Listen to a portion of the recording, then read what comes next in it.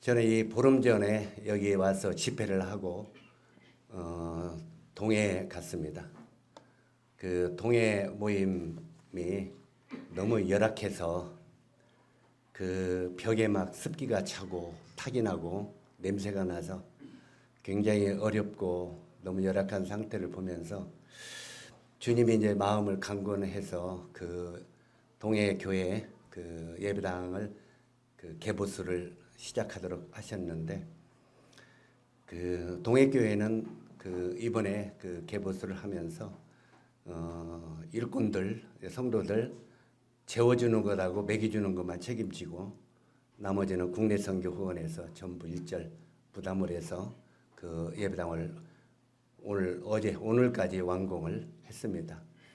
그래서 오늘 마지막 그 화장실 바닥 타일을 지금 붙이고 있는데 그거 끝나면은 이제 완공이 될 겁니다. 어쨌든 여기에 계신 형제 자매님들도 여러 모양으로 물심양으로 기도해 주시고 헌신해 주셔서 그런 일을 이룰 수 있다고 생각을 합니다. 항상 저도 조금 전에 유인관 형제님이 하신 말씀 속에서 제가 느끼는 것은 많은 우리 교회 성도들이 우리 교회, 내 교회 이런 개념들이 확 차 있어요. 내 교회, 우리 교회. 근데 이게 내 교회, 우리 교회가 아니라 하나님의 교회죠. 그래서 항상 내 교회가 잘 되고 내 교회가 부흥되고 내 교회가 크면 나는 성공했다. 스스로 자아자찬하는 이게 하나님이 기뻐하시는 교회일까? 저는 그렇게 생각하지는 않습니다.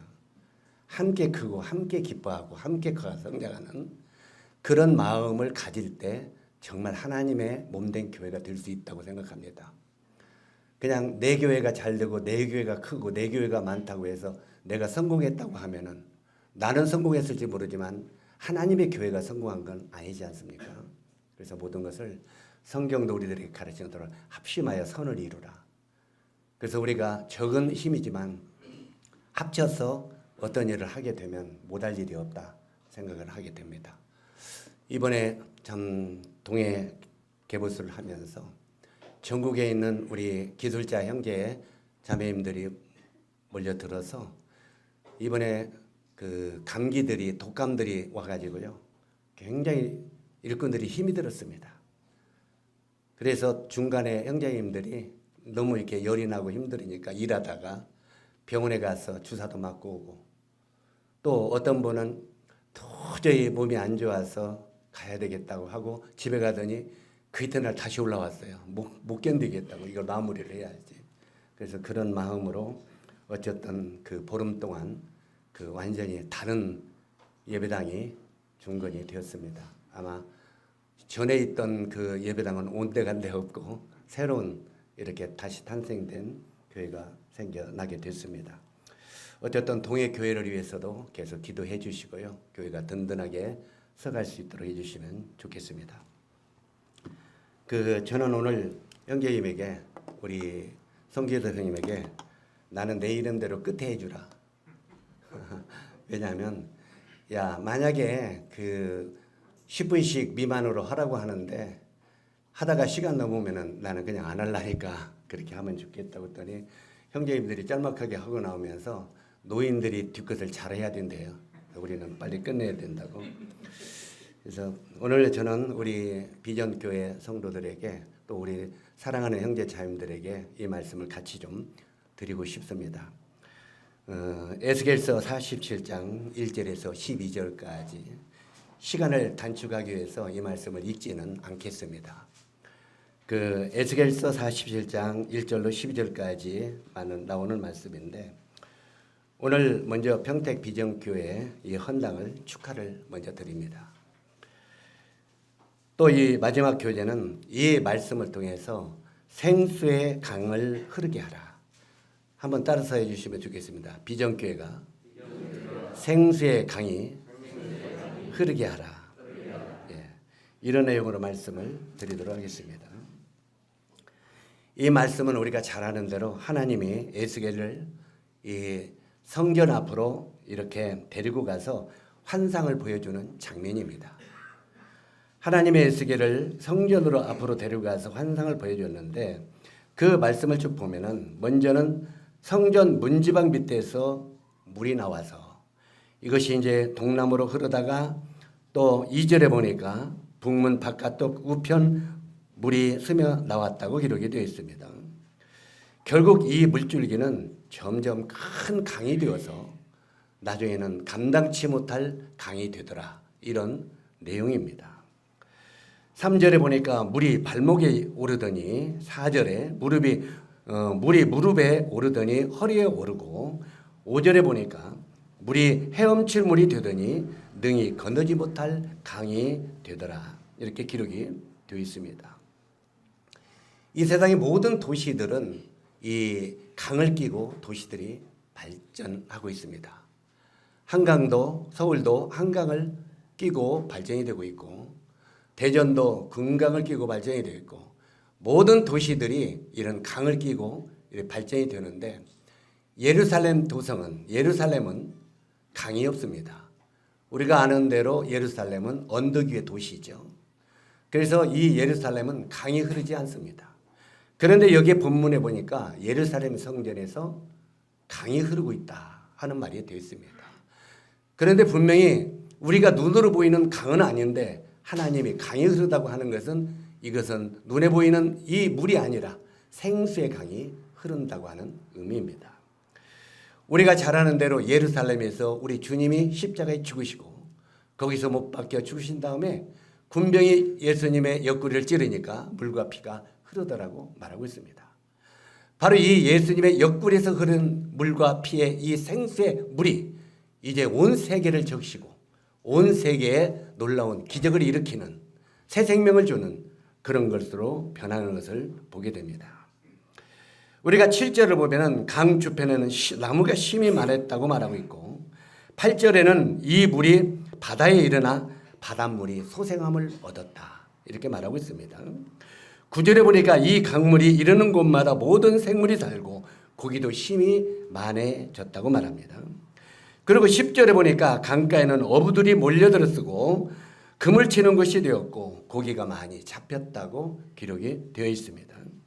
그리고 12절에 보니까 강 좌우에는 각종 먹을 실과나무가 자라서 풍성한 실과를 먹고 달마다 실과를 맺고 잎은 시들지 않으며 그 잎사귀는 약재료가 되었더라.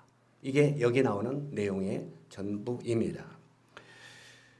그러면 이것들이 왜 이런 놀라운 변화가 일어나냐면 그 물이 바로 성전 문지방 밑에서 흘러 나왔기 때문에 그렇다고 말합니다.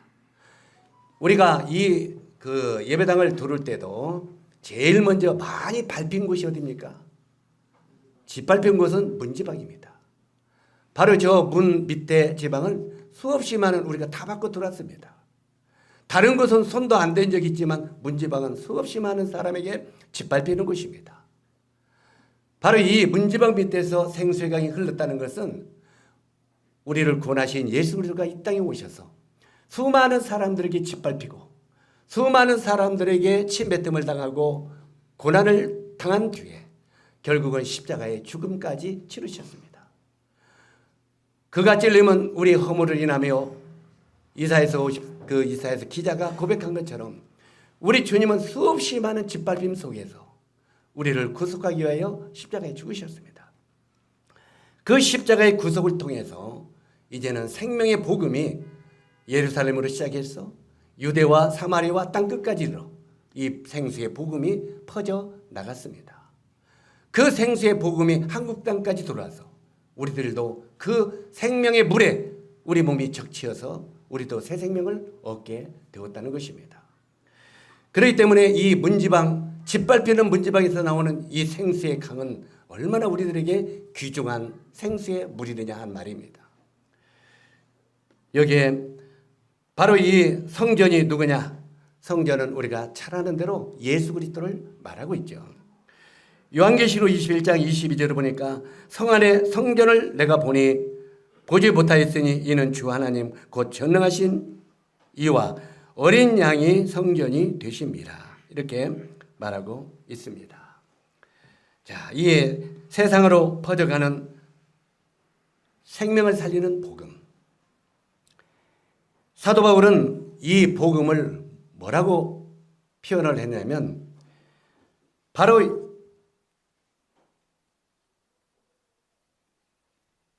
이 퍼지는 이것은 사도행전에 보니까 연병이라고 말합니다. 연병이 뭡니까? 돌림병이죠. 전염병. 제가 보름 동안 동해 좀 일도 못하는 주제에 통솔을 하면서 하다 보니까 저도 감기가 들었습니다.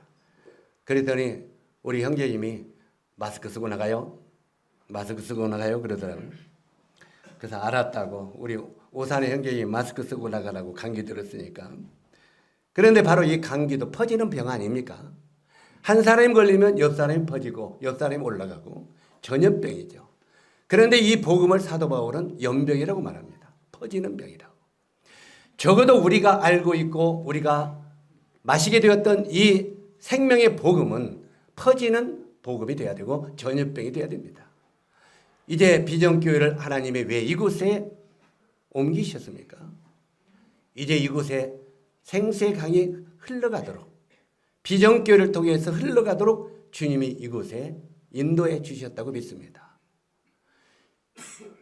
구약에도 쭉 말씀들을 보면은 베델을 정복하라, 베델을 정복하라는 말이 있죠. 실제로 이제 이 비전교회를 이곳에 인도한 것은 비전동부터 이 복음으로 정복하라고 하는 하나님의 뜻이 있을 것입니다.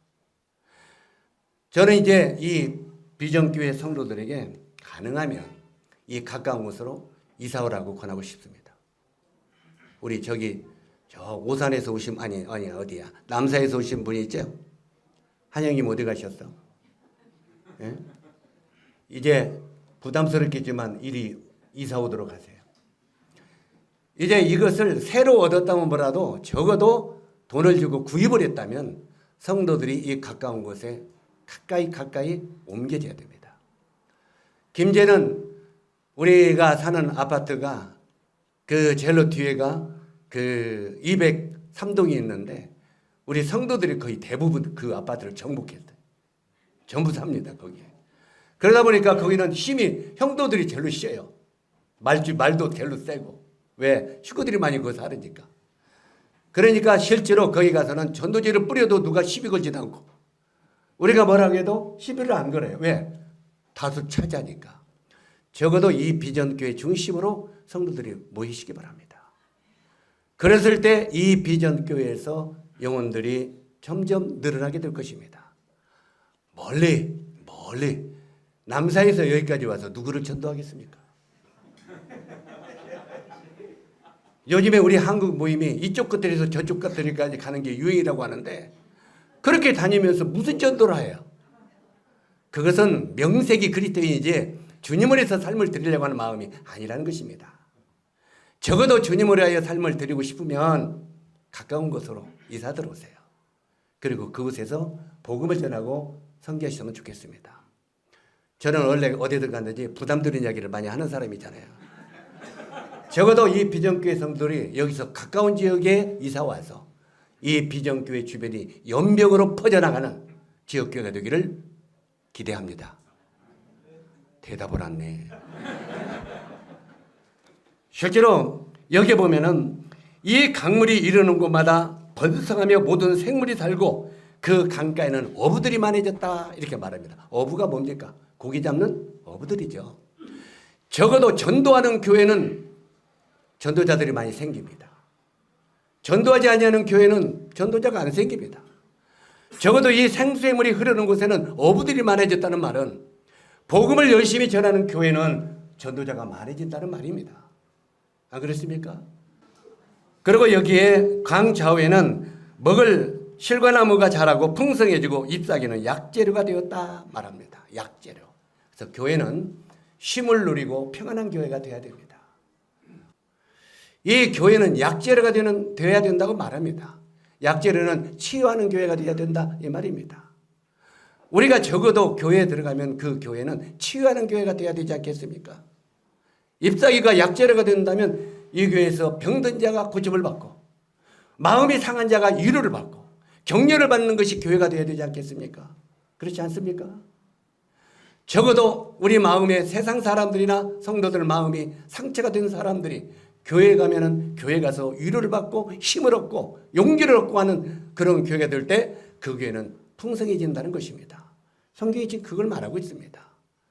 적어도 이 비전교회는요, 이제는 치유가 되는 교회가 되기를 기원합니다. 영혼들이 여기 와서 구원을 받고 새 생명을 얻고, 그 다음에 성도들이 와서 위로와 힘을 얻고, 그래서 교회도 많은 걸 좀 쉴 수 있는 것도 만들어 놓으세요. 쉴 수 있는 것. 그래서 적어도 이 교회가 힘을 누리고, 구도자들이 와서 새 생명을 얻고, 성도들이 와서 위로와 힘을 얻는 그런 비전교회가 되기를 기원합니다. 더 이상 하면 뭐라고 하니까 여기서 마치도록 하겠습니다.